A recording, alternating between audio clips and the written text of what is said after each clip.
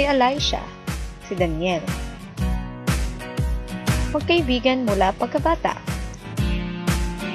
Dumaan na sa napakaraming pagsubok. Ang pag-ibig nila sa isa't isa, tulad din kaya sa iba. Isang babae, isang lalaki, magkaibigan. May gusto sa isa't isa.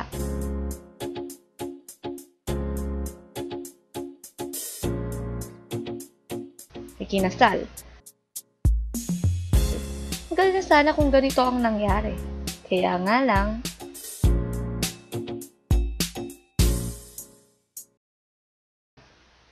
si Elisha ay maganda, sexy, matapang.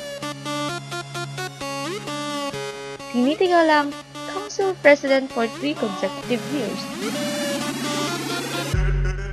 Gwapo naman si Daniel. Maangas.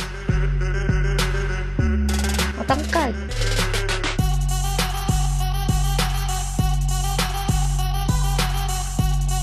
Matipuno.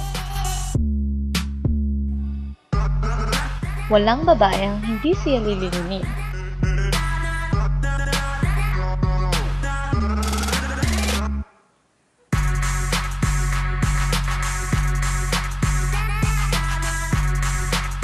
At wala ding babae ang hindi guguho ang mundo sa oras na tumiktas ang kanyang mga daliri.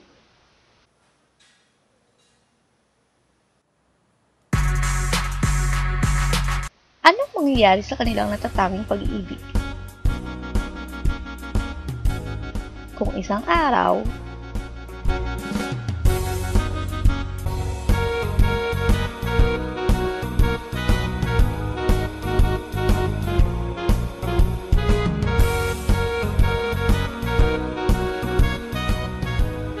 ito ang Betsy Clean version.